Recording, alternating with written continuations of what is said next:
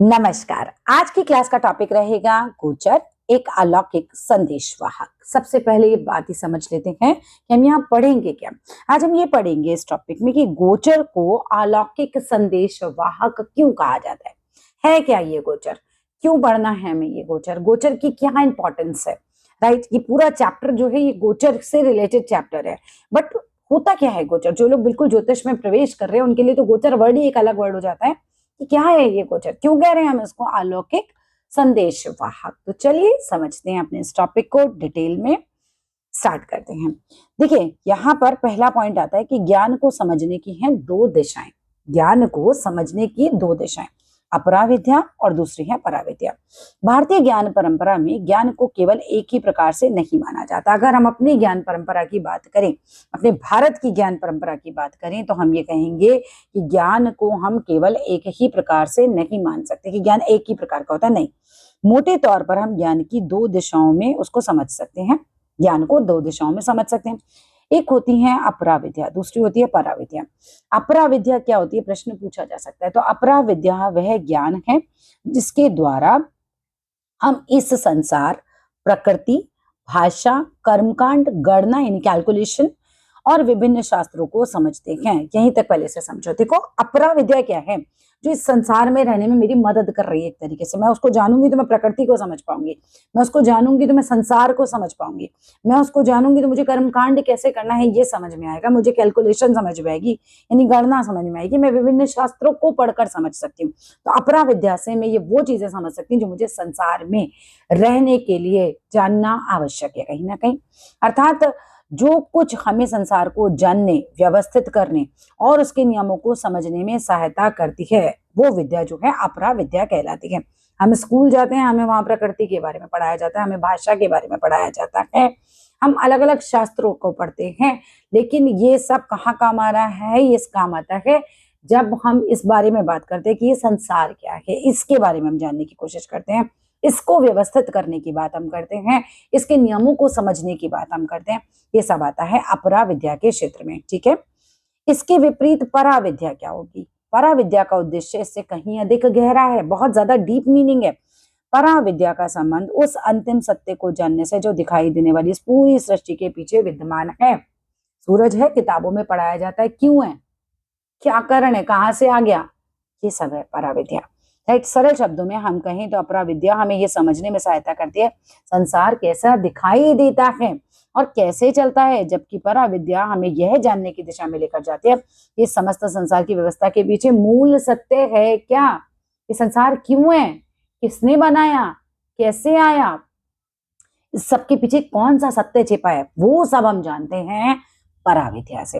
वापस मैं इस पैराग्राफ को पढ़ती हूँ बिकॉज बहुत इंपॉर्टेंट है टू अंडरस्टैंड अपराविद्या क्या होती है, पराविद्या क्या होती है।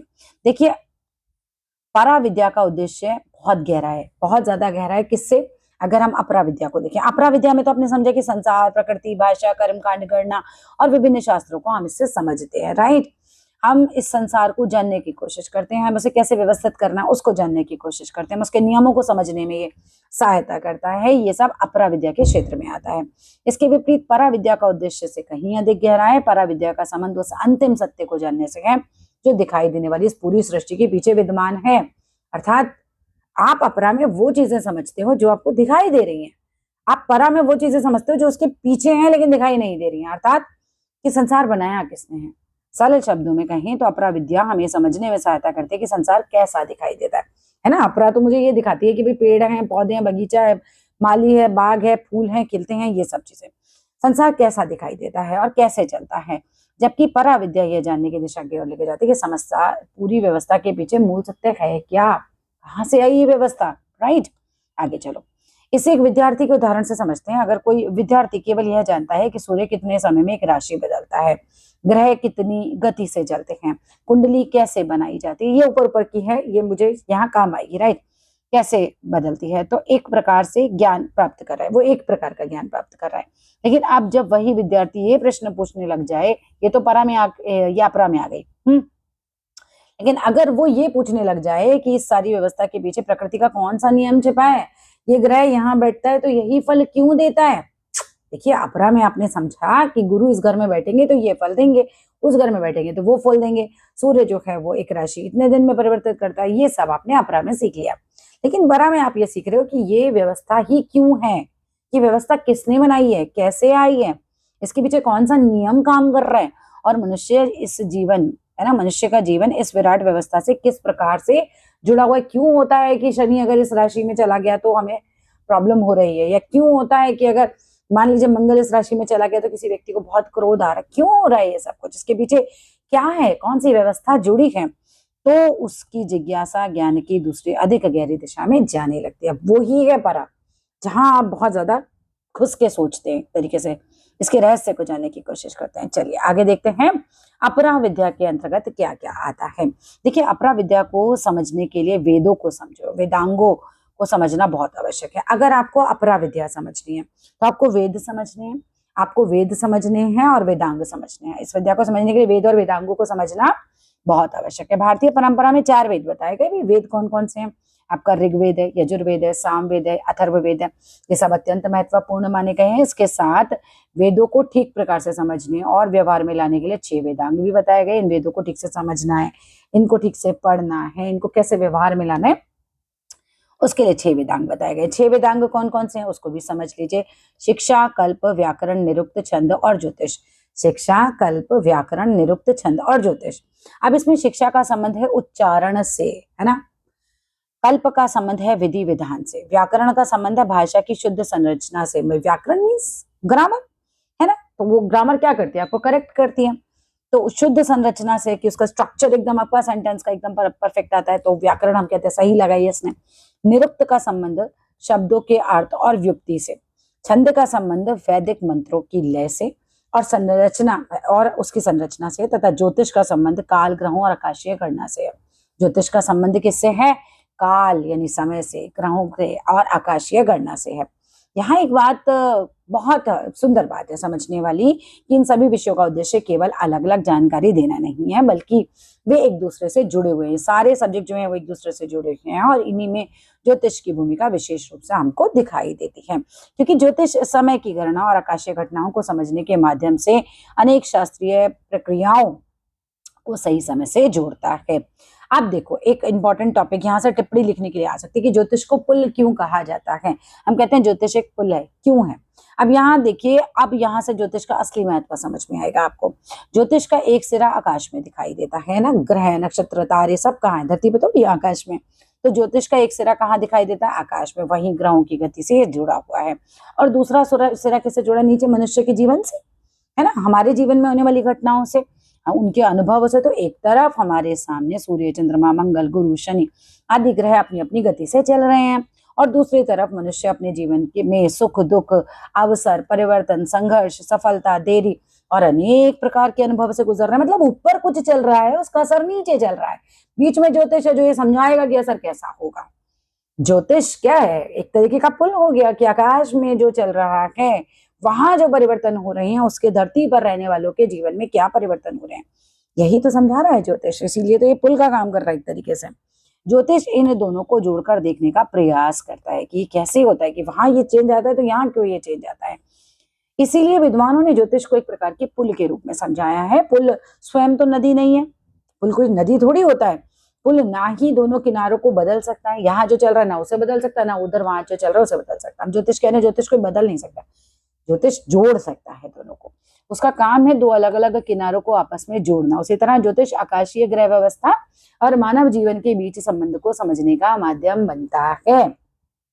यही बात है आगे जाकर गोचर को समझने में बहुत काम आएगी। आगे देखो, जन्म कुंडली वास्तव में हमें बताती क्या है। देखिए, जब किसी व्यक्ति के जन्म के समय ग्रहों की स्थिति को कुंडली में दर्ज किया जाता है, एक बच्चा पैदा होता है, तुरंत आप समय नोट करते हैं। नोट करने के बाद आप ये कहते हैं कि भाई इसकी जन्म कुंडली में ये ग्रह यहाँ विराजमान है, वो ग्रह वहां विराजमान है। इस तरीके की चीजें आप समझ पाते हो। तो जब किसी व्यक्ति के जन्म के समय ग्रहों की स्थिति को कुंडली में दर्ज किया जाता है, तो वह उस व्यक्ति के जीवन व्यवस्था का एक प्रकार से स्थायी मानचित्र बन जाता है। ओवरऑल इसकी लाइफ इस दिशा में जाएगी, ऐसी रहेगी, यानी प्रॉमिस दिखाते हैं। जन्म के समय सूर्य कहाँ था, चंद्रमा कहाँ था, गुरु किस भाव में था, शनि किस राशि में था, ये स्थितियां उस व्यक्ति की जन्म कुंडली का आधार बन जाती हैं।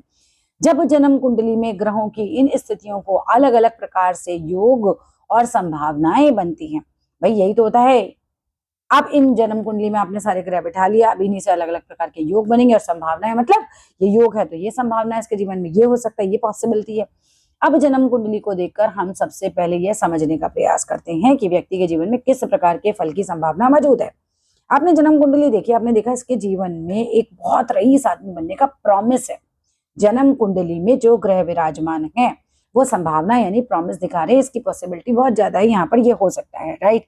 लेकिन यहाँ महत्वपूर्ण प्रश्न आता है कि अगर कुंडली में कोई योग मौजूद है तो उसका फल मिलेगा कब। मैंने कहा कि मैंने एक बंदे की कुंडली देखी, मैंने उसको कहा कि भाई तुम तो आईएएस बनोगे, भाई कहाँ, कब, कौन से साल में, या हमने कहा इसको तो प्रधानमंत्री बनने का योग है, कौन सी उम्र में, 21 में, 50 में, 70 में, कौन सी उम्र में, राइट। ये कब आपको फल मिलेगा, ठीक है, ये कब बताती है, कौन बताते हैं, दशा। यही से हमें दशा की आवश्यकता पड़ती है। देखिए कुंडली आपको प्रॉमिस करती है, कुंडली आपको ये बताती है, योग आपको ये बताते हैं कि आपके जीवन में ये चीजें हो सकती हैं।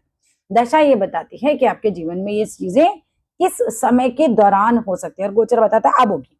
गोचर है जो लेकर आता है, जब गोचर आता है तो कहता है अब होगी ये चीजें। आगे समझेंगे, गोचर अभी जिन बच्चों के लिए नया है वो समझ नहीं पाएंगे, कनेक्ट नहीं कर पाएंगे, बस सुनो और धीरे धीरे धीरे कनेक्ट करते जाना, ठीक है। एकदम से नहीं समझ में आए तो परेशान नहीं होना है, आ जाएगा समझ में। आगे देखते हैं, योग, दशा, गोचर तीनों को एक साथ समझिए। इसे बहुत ही सरल तरीके से समझते हैं। देखिए योग ये बताता है कि किसी फल की संभावना कुंडली में मौजूद है या नहीं है, कि भैया ये हो सकता है, ये हो ही नहीं सकता है। मानिए आपके पास कोई आया पूछे मकान बनेगा मेरा, तो आपने देखा हाँ भाई प्रॉमिस है, कुंडली के अंदर बन सकता है, बिल्कुल संभावना है, योग है, आपका अपना मकान बनेगा। फिर दशा ये बताने में सहायता करती है कि उस योग से संबंधित फल के सक्रिय होने का समय कब आता है।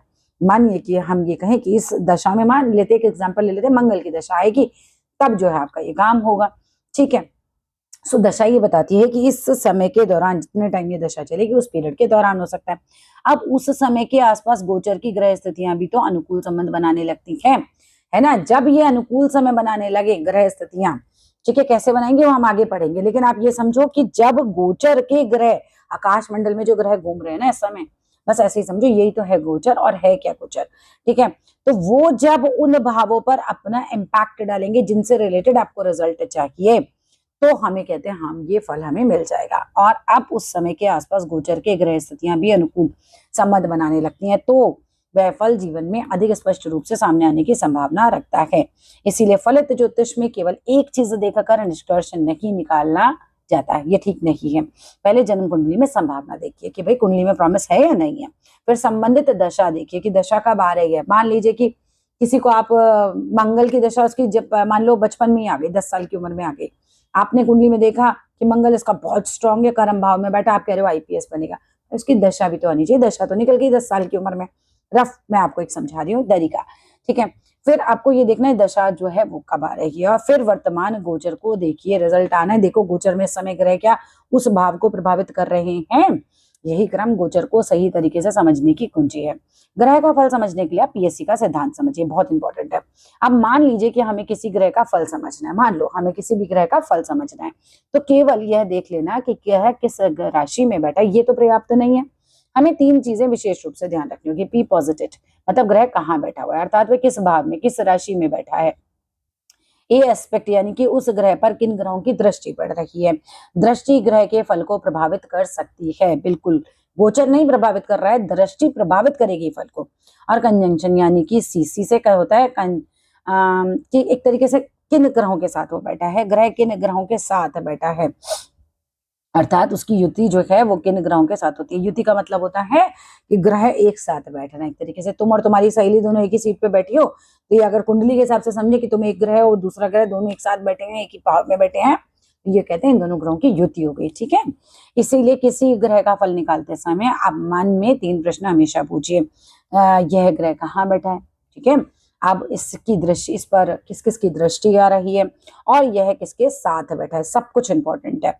मित्र के साथ बैठेगा अच्छा फल देगा, शत्रु के साथ बैठेगा खराब फल देगा, है ना। यही पीएससी को याद रखने का सबसे आसान तरीका है, पॉजिटिव एस्पेक्ट और कंजंक्शन। नेक्स्ट देखते हैं, आप समझिए गोचर क्या है, यही तो आपका प्रश्न है भैया, गोचर है क्या आखिर, ये गोचर गोचर गोचर व्हाट इज गोचर, राइट। अब जन्म कुंडली की और दशा की भूमिका को समझ जाए। आप में आ गई। अब गोचर को समझना आसान हो जाएगा।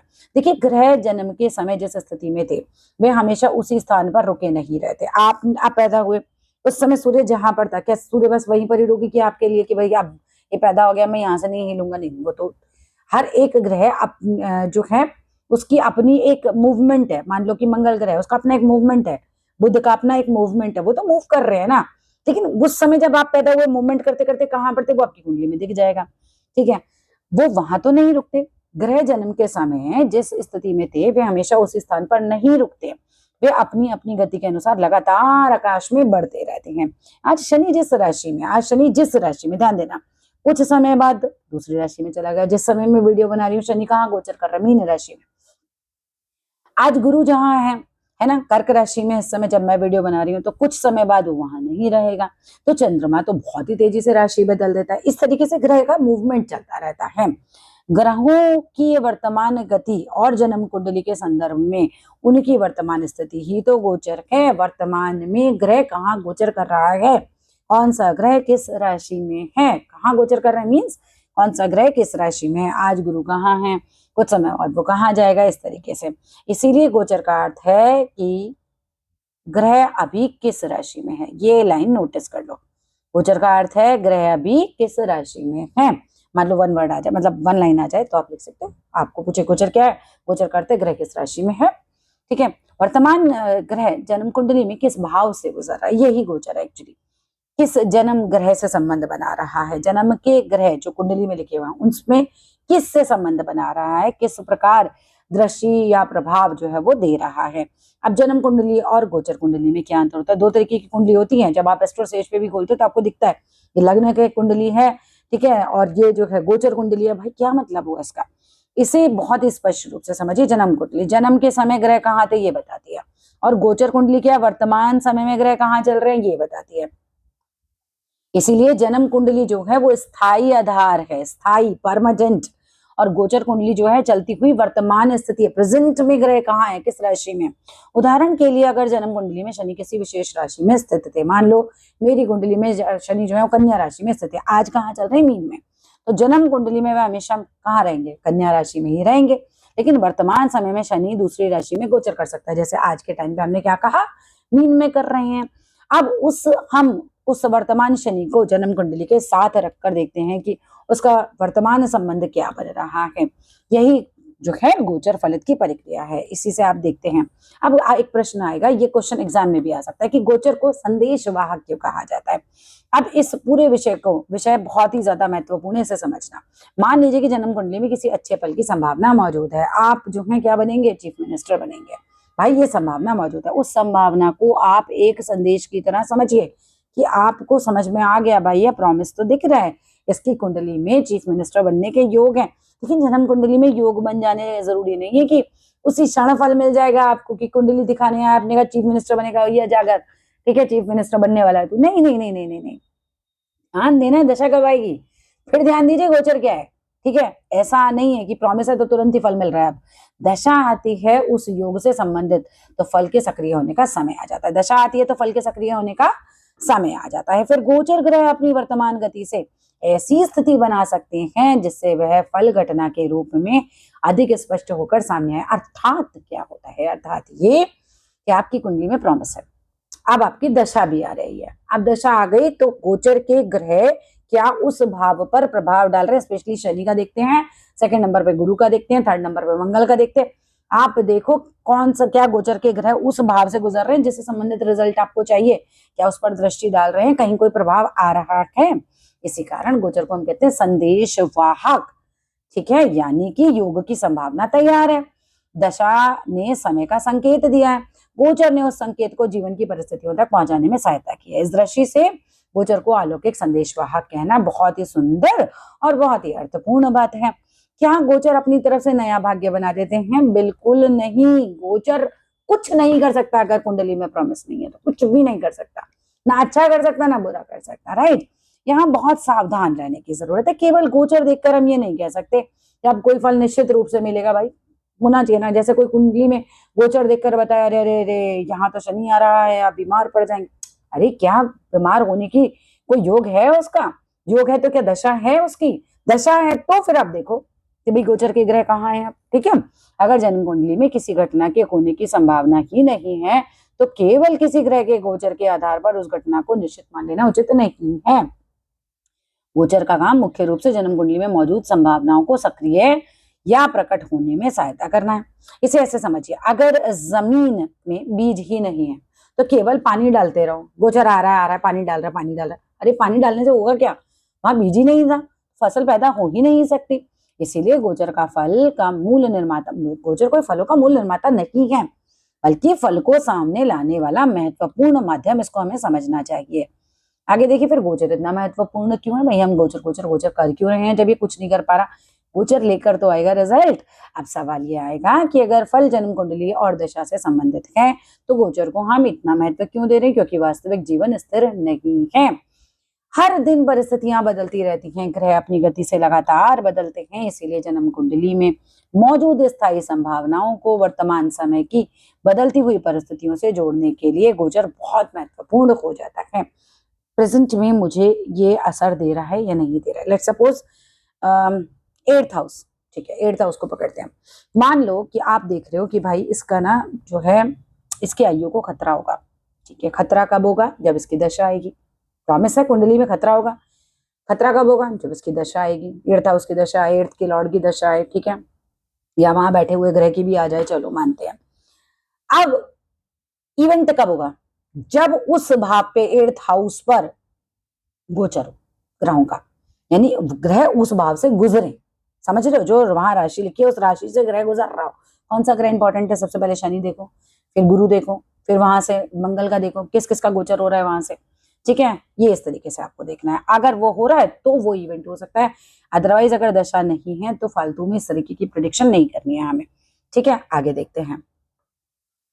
हर दिन परिस्थितियां बदलती हैं, ग्रह अपनी गति के लगातार बदलते हैं, इसलिए जन्म कुंडली में मौजूद स्थायी संभावनाओं को वर्तमान समय में बदलती हुई परिस्थितियों से जोड़ने के लिए गोचर बहुत महत्वपूर्ण है। इसलिए कभी ऐसा भी हो सकता है कि व्यक्ति की दशा अच्छी हो, जन्म कुंडली में योग भी अच्छा हो, लेकिन उस समय परिस्थितियां पूरी तरह से सहयोग न कर रही हो। क्यों, क्योंकि अब अनुकूल गोचर नहीं मिल रहा ना। जब अनुकूल गोचर मिलेगा तो इवेंट हो जाएगा एकदम से। जब अनुकूल गोचर बनता है तो वही फल अधिक स्पष्टता से अनुभव में आ सकता है।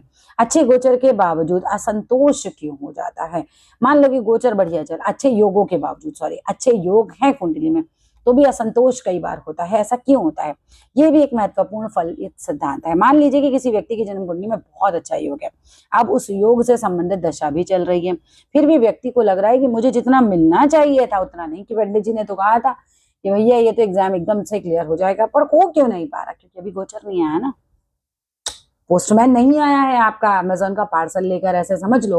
गोचर इज समथिंग लाइक दैट। आपने पैसे दे रखे हैं, आपने ऑर्डर बुक कर रखा है, आपका ऑर्डर ओके भी हो गया है कि भैया आपको मिल जाएगा, सब हो गया, लेकिन पार्सल वाला आएगा तो ही तो पार्सल मिलेगा आपको, तो बस गोचर वही पार्सल वाला है, ठीक है। इसका एक कारण हो सकता है उस समय का गोचर उस फल का पूरा समर्थन नहीं दे रहा। क्या पार्सल वाला आपके पार्सल के अंदर बदलाव कर सकता है, नहीं, बस लाकर आपको दे सकता है, जो है अच्छा या बुरा जो है वो दे देगा आपको। बिल्कुल गोचर भी वैसे ही है, जो आपका प्रॉमिस होगा, जो दशा चल रही है उसके अनुसार जो रिजल्ट आना है, बस वो गोचर ने हिट किया, ग्रह ने वहां हिट किया और बस आपको वो फल मिल गया। दरवाजे पे बेल बजी, आपका वो अमेजोन वाले भैया आ गए, ऐसे समझ लो। इसका एक कारण ये भी हो सकता है कि उस समय का गोचर उस फल का पूरा समर्थन नहीं दे रहा, अर्थात योग मौजूद है, दशा भी सक्रिय, लेकिन वर्तमान ग्रह स्थितियां उस फल को पूरी क्षमता से सामने आने में सहायता नहीं कर रही है। आगे देखते हैं। इसीलिए फलित करते समय केवल ये कहना नहीं है कि आपकी दशा बहुत अच्छी है, हमें यह भी देखना चाहिए कि उस समय गोचर क्या कह रहा है। अच्छा, गोचर फल को बदलता है या केवल उसकी अभिव्यक्ति बदलता है। देखिए, हमें बहुत सूक्ष्मता से समझना चाहिए कि जन्म कुंडली में जो मूल संभावना है गोचर उसे मिटा नहीं सकता। हमने क्या कहा, अमेजोन वाले भैया आपके पार्सल में बदलाव नहीं कर सकते, ठीक है, तो गोचर के आपके अमेजोन वाले भैया हैं, लेकिन वह फल किस समय, किस परिस्थिति में और कितनी तीव्रता से अनुभव होगा। बारिश में आप आएंगे, है ना, धूप बहुत तेज आएंगे नहीं आएंगे, वो जब आएंगे तो आपको पार्सल मिल जाएगा, तो किस समय, किस परिस्थिति में, किस तीव्रता से अनुभव होगा, इस ये महत्वपूर्ण भूमिका गोचर निभा देता है। इसीलिए कभी किसी अच्छे योग का फल बहुत शानदार रूप से दिखाई देता है, कभी वही फल अपेक्षाकृत बहुत सीमित दिखाई देता है। इसी तरह प्रतिकूल समय में विषय व्यक्ति को बाधा, असंतोष, देरी या दबाव अधिक महसूस हो सकते हैं कभी कभी। इसीलिए गोचर को फल की अभिव्यक्ति को प्रभावित करने वाली वर्तमान ग्रह स्थिति के रूप में समझना अधिक उचित है। गोचर को समझने का सही तरीका, जब भी किसी ग्रह का गोचर देखें सीधे फल बोलना शुरू मत कीजिए। पहले प्रश्न पूछिए, क्या गोचर करने वाला ग्रह कौन है, वर्तमान में किस राशि में है, जन्म लगन वह किस भाव में बैठा है, जन्म कुंडली में वह ग्रह क्या क्या भाव का स्वामी है, जन्म कुंडली में वह कहाँ बैठा है, वर्तमान गोचर में वह किन जन्म ग्रहों से संबंध बना रहा है, उसकी दृष्टि कहाँ पड़ रही है, उस समय कौन सी महादशा अंतरदशा चल रही है। इन सब को जोड़ने के बाद ही गोचर का फल जो है वो अधिक सही तरीके से समझ में आता है। बहुत साधारण सा दिखते हैं कि मान लीजिए किसी व्यक्ति की जन्म कुंडली में धन प्राप्ति का योग बना हुआ है, धन योग है, लेकिन योग का मतलब ये नहीं कि व्यक्ति को हर दिन पैसा मिलता रहेगा। अब उस योग से संबंधित ग्रह की दशा आती है, इससे धन संबंधी विषय सक्रिय हो जाते हैं, राइट। अब अगर उसी समय गोचर से ऐसे ग्रह संबंध बनाते हैं जो जन्म कुंडली के धन भाव, ठीक है, धन भाव के स्वामी या उस योग से संबंधित ग्रहों को समर्थन देते हैं, तो धन से संबंधित घटना के वास्तविक रूप में सामने आने की संभावना बढ़ जाती है। यही कारण है कि हम कहते हैं कि जन्म कुंडली संभावना बताती है, दशा समय बताती है, गोचर उस समय की घटना के स्तर पर सक्रिय करने में महत्वपूर्ण भूमिका निभाता है।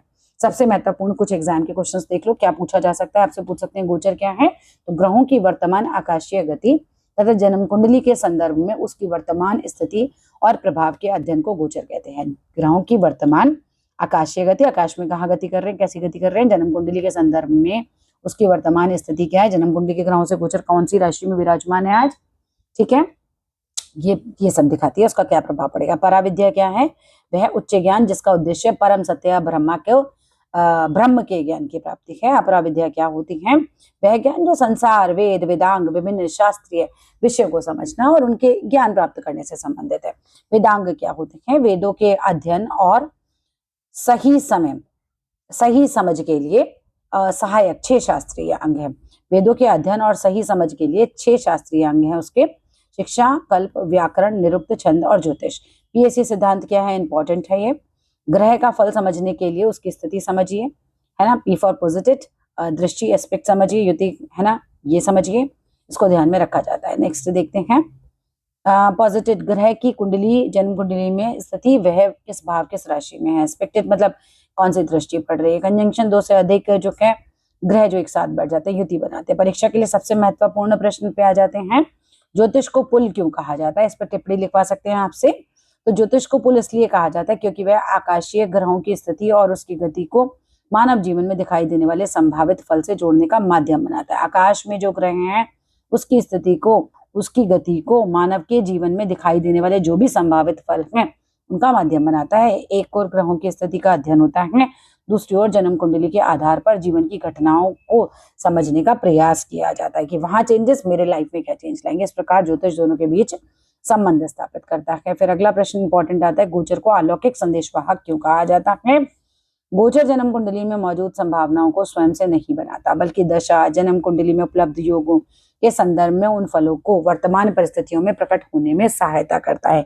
इसीलिए गोचर को फल का संदेशवाहक, जातक तक पहुंचाने वाला संदेशवाहक की उपमा दी जाती है। क्या केवल गोचर से किसी घटना का निर्णय लिया जा सकता है? नहीं, गोचर का अध्ययन जन्म कुंडली और दशा के साथ करना चाहिए। जन्म कुंडली में घटना की संभावना, दशा में उसके सक्रिय होने का समय और गोचर में वर्तमान ग्रह सहयोग को देखकर ही फल का निर्णय करना अधिक उचित होता है। पूरा विषय आसानी से फॉर्मूला समझेंगे। जन्म कुंडली बताती है क्या संभव है, दशा बताती है कब सक्रिय होगा, गोचर बताता है वर्तमान समय में कैसे प्रकट होगा। पीएससी सिद्धांत भी है, ग्रह कहाँ बैठा है, किसकी दृष्टि, किसके साथ बैठा है। यही 4 बातें हैं, है ना। विद्यार्थी को अच्छे से समझ में आ जाए तो गोचर जो है पूरा उसकी बुनियादी स्पष्ट हो जाएगी। और यहाँ पर हमारा ये वीडियो भी फिनिश होता है। अगली वीडियो में मैं इसी चैप्टर से रिलेटेड कुछ 8-10 क्वेश्चन आपके लिए लेकर आऊंगी, जिस चैप्टर से रिलेटेड एग्जाम में पूछे जा सकते हैं, और फिर हम नेक्स्ट चैप्टर पर आएंगे। वीडियो कैसा लगा, समझ में आया गोचर क्या होता है? चलते रहो, अभी तो पहला चैप्टर है, धीरे धीरे सब समझ में आ जाएगा। That's all in this video. Thank you so much for watching complete video.